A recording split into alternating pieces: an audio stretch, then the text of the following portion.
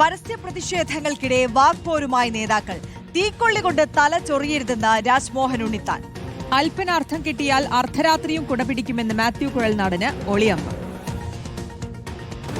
മുഖ്യമന്ത്രി സ്ഥാനത്തിനായി 3 നേതാക്കൾ അരയും തലയും മുറുക്കി രംഗത്തുള്ളപ്പോഴാണ് പുറത്ത് മറ്റു നേതാക്കളുടെ വാക്പോര്. വി.ഡി. സതീശനായി തെരുവിൽ നടക്കുന്ന പ്രതിഷേധങ്ങളിൽ കടുത്ത അതൃപ്തിയിലാണ് രാജ്മോഹൻ ഉണ്ണിത്താൻ എം പി.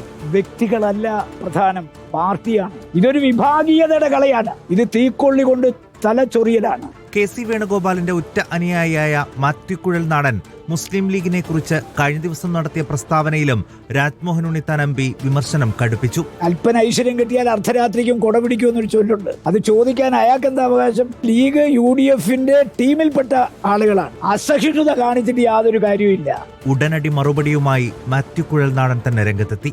നമ്മുടെ നിലപാടുകൾ ഒരുപക്ഷെ ഉൾക്കൊള്ളാൻ കഴിയാത്തത് അല്ലെങ്കിൽ പൂർണ്ണമായും ഉൾക്കൊള്ളാൻ കഴിയാത്തതൊരു വികാരപ്രകടനമായിരിക്കും. മുഖ്യമന്ത്രി തർക്കത്തിനിടെ നേതാക്കളുടെ പരസ്യപ്പോരും കോൺഗ്രസിന് തലവേദനയാണ്. News desk reporter.